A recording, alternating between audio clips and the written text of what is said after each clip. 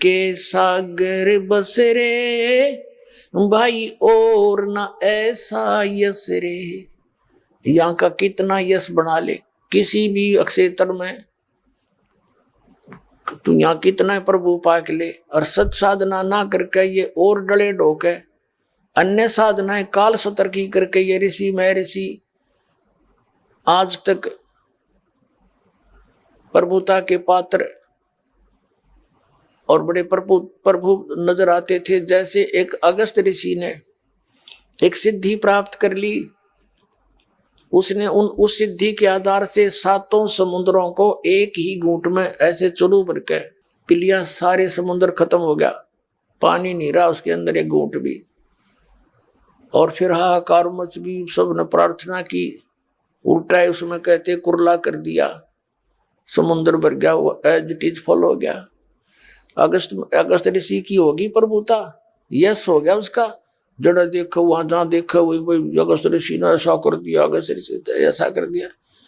आगे क्या बनेगा? अगस्त ऋषि इन सिद्धियों की से प्रभु बन गया, आगे गधे की योनि में जाएगा, क्योंकि वो सच साधना नहीं इसके पास।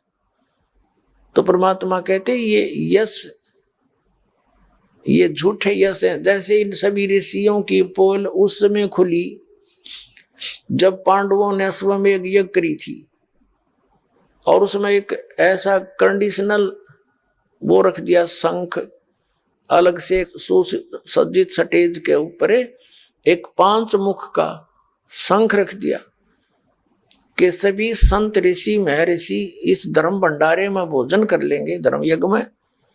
तो जो परम संत साधु होगा इन जीवने वालों में, तो ये शंख अपने आप बोल लेगा। 33 करोड़ देवता, 88,000 ऋषि और 12 करोड़ ब्राह्मण, ये सारे अगस्त पगस्त रिया वशिष्ठ मुनि ये सारे वहीं पर बैठे थे। और समेत श्री कृष्ण जी त्रिलोकीनाथ ने भोजन कर लिया, वो शंख नहीं बजा। तो इसे सिद्ध हो गया कि इनकी भक्ति यूजलेस थी। जो कृष्ण जी की भक्ति करके मोक्षता में थे, श्री कृष्ण भी वहीं बैठा था, भोजन खा लिया था उसका, उससे भी वो यज्ञ संपूर्ण नहीं हुई। कहते हैं एक वाल्मीक नीचे कुल साधु, जिन शंख पचाए न पूरा नादु। इसमें द्वापर युग में परमात्मा कबीर जी एक करुणा में नाम से, जैसे वो प्रत्येक युग में लीला करते हैं, जैसे कलयुग में कबीर नाम से वो प्रकट रहे हुए, 120 वर्ष रहे, सह शरीर आए थे, सह शरीर चले गए।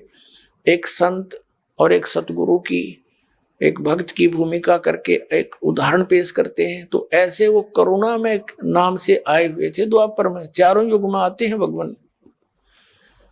और उनका और वाल्मीकि परिवार, उनको जो बालक रूप में आए थे कमल के फूल पर, एक वाल्मीकि परिवार उठा ले गया था मालिक को।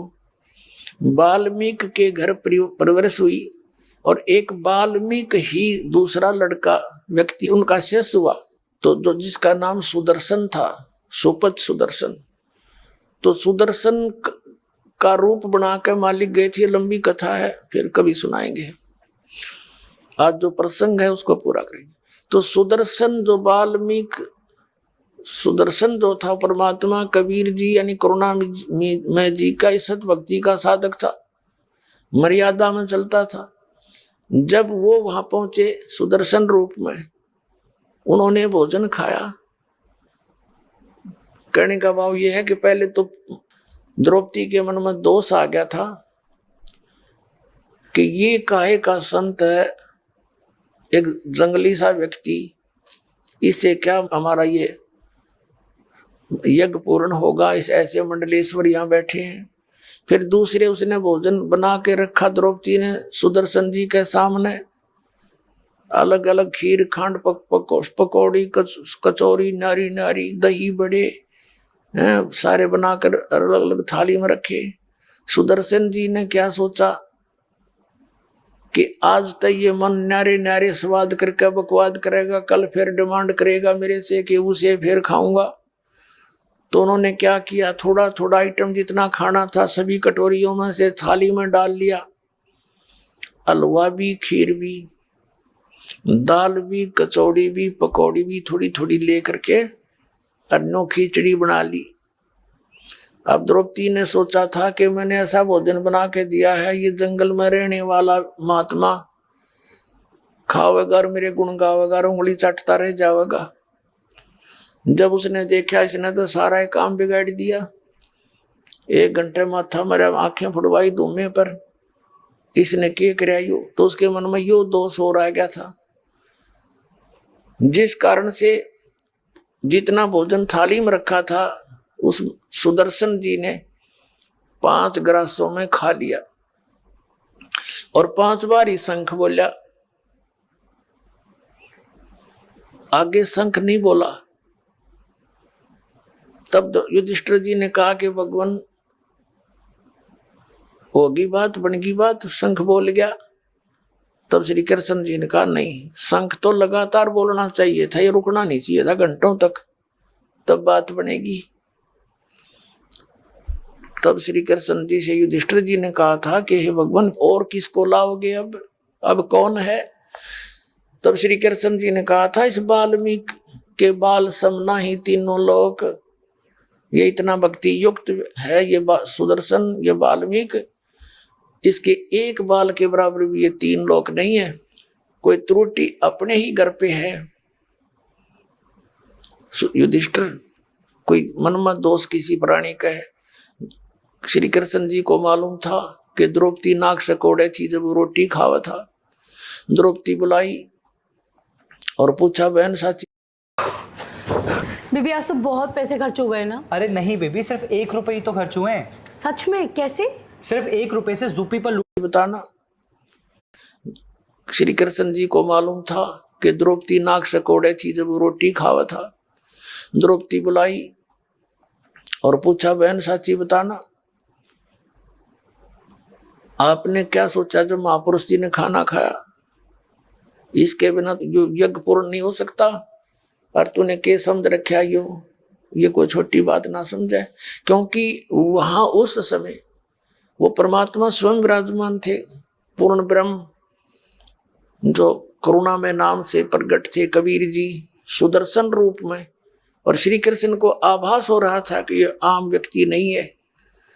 तब कह रहा था कि सुदर्शन कोई छोटी बात ना समझो इसको, क्योंकि आभास उसी को होता है जिसमें कोई अंदर वस्तु होती है आध्यात्मिक।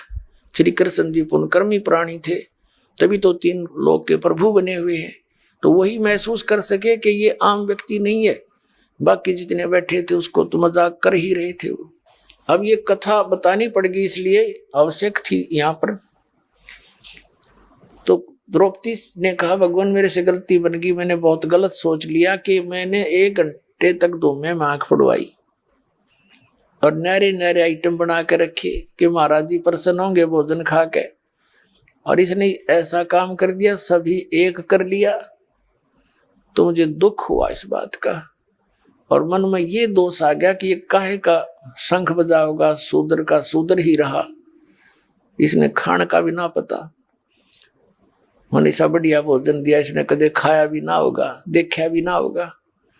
तब श्री कृष्ण कहने लगे कि द्रौपदी यह भीतरी कमजोरी है, तने ये सोच लिया कि इस महापुरुष को मनीषा भोजन खिला दिया, ये तो तुम्हें खिला रहे भोजन, इसने तो एहसान कर दिया तेरे ऊपर, तेरे घर का टूक तोड़ लिया कि ये तेरा तो उद्धार करने आए थे, और तू क्या बकवास सोच बैठी।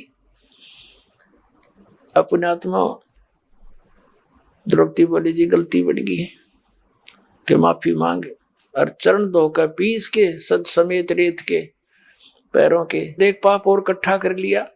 संत के बारे में ऐसी गलत सोच रखना भी पाप के भागी होते हैं।